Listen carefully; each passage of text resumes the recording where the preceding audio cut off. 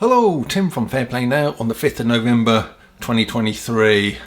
Now, I don't know about you, but over the last few years I've had the anti-V thing flung at me, and both by friends and family, and also comments under here, comments on that I've made on other videos, which have then got replies, things along the lines of, well, you probably know where I'm coming from, but along the lines of no one likes an anti-V, everybody hates an anti-V, and all of that kind of thing.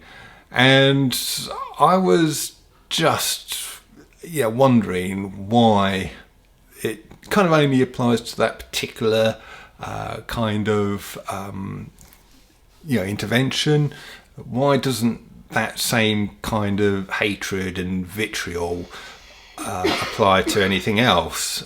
Because people criticise all sorts of things, like penicillin, for instance.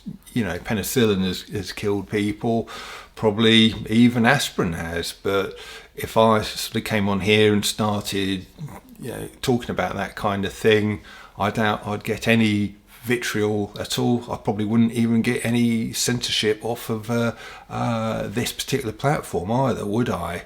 It's only when you come to the thing that starts with V that you start getting that. And if I know it's unlikely, but if you're the kind of person who doesn't like anti-V people, you sort of think, along the lines of nobody likes an anti-V. What you want to do, I'd suggest, is question how you got that kind of thought and feeling into your head, because you weren't born with it, were you? You didn't come out on day one and then start saying, wah, wah, I hate anti-Vers, wah, wah. No, you didn't do that, did you? You didn't have that thought when you were born. You only came about it and came to that form of thinking, probably I would suggest sometime in the last sort of 10 or 20 years. And you might think, but I've come to my own sort of decision on it. Well, I'd say no, you haven't. That particular thought, that particular way of feeling has been installed into your brain and into your consciousness by sort of media, government propaganda, social conditioning, probably over a very, very long time indeed, at least a couple of decades. As far as I'm concerned, I've known about V's and sort of had the benefits of them all sort of told to me as long as I can remember, really. So we're talking probably many decades, if you're old enough, that is.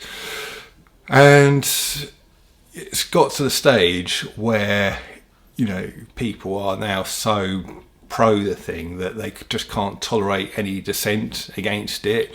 It's almost a fanatical thing, isn't it?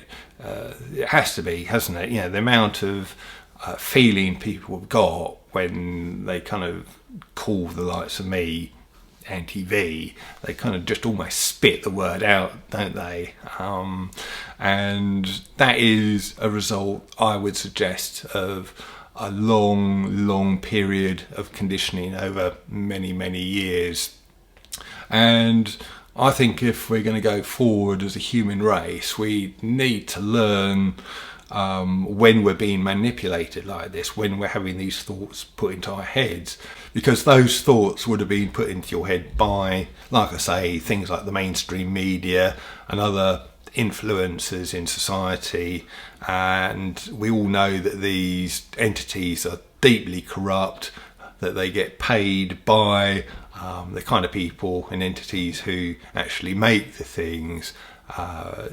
They're paying them, and then these media people and influencers are then influencing you, often in very subtle ways. And if you're someone who sort of thinks, oh, that can't happen to me, I'm not someone who can be brainwashed, I'm not someone who can be hypnotised, well, yes, you most likely are. It's a very, very tiny handful of people who aren't susceptible to it at all. And the vast majority of people are, like I've said in these videos in the past, you only have to look at a Derren Brown show or two just to see how easily people can be tricked and manipulated psychologically. And when you kind of come out with these thoughts, which you might think is your own opinion, I can tell you, no, those thoughts have been installed into your head. Unless, of course, you've done about 500 hours of highly intensive study into the whole sort of V thing and its pros and cons, and after all of that study you've come to the conclusion that they are highly beneficial. But I highly doubt you've done that, have you? But on the other hand, people who are anti the thing most likely have put in that kind of level of study, probably getting on for it myself actually. I've spent a good portion of the last 3.5 years or so looking into this kind of thing. Probably not 500 hours to be fair, but probably a good sort of 100 or 2 hours, 200 hours, I would have thought. And there's many other people who are very, very deeply concerned about the things, who actually have put in at least 500 hours, if not 1,000+ hours of study, and they've come to the conclusion, whereas all you're doing is just sort of reaching into your sort of programming put there by the media, who were instructed by corrupt entities who want to sell as much of the things as they possibly can, etc., into your head, and you're just spouting that and really just repeating propaganda, really.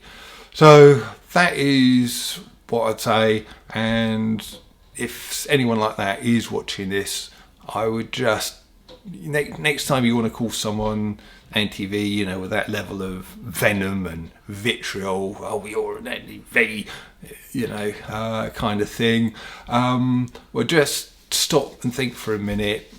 Why have I got these thoughts in my head? How have they got there? And, what might the motivation of the people who put these thoughts into my head, what might those be? So worth thinking about, I think.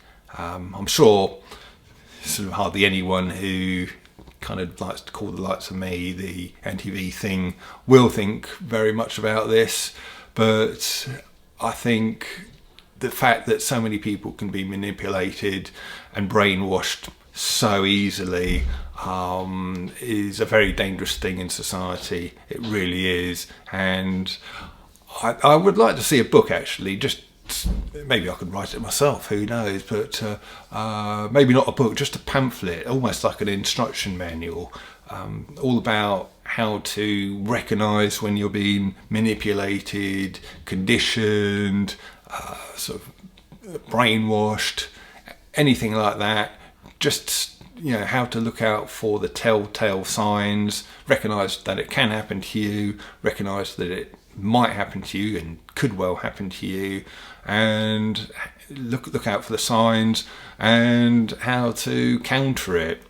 And we're all being psychologically manipulated every day. It's a well-known fact that it happens when people are trying to sell you stuff, and a good salesperson will use certain psychological tricks to get you to hopefully buy what they're selling.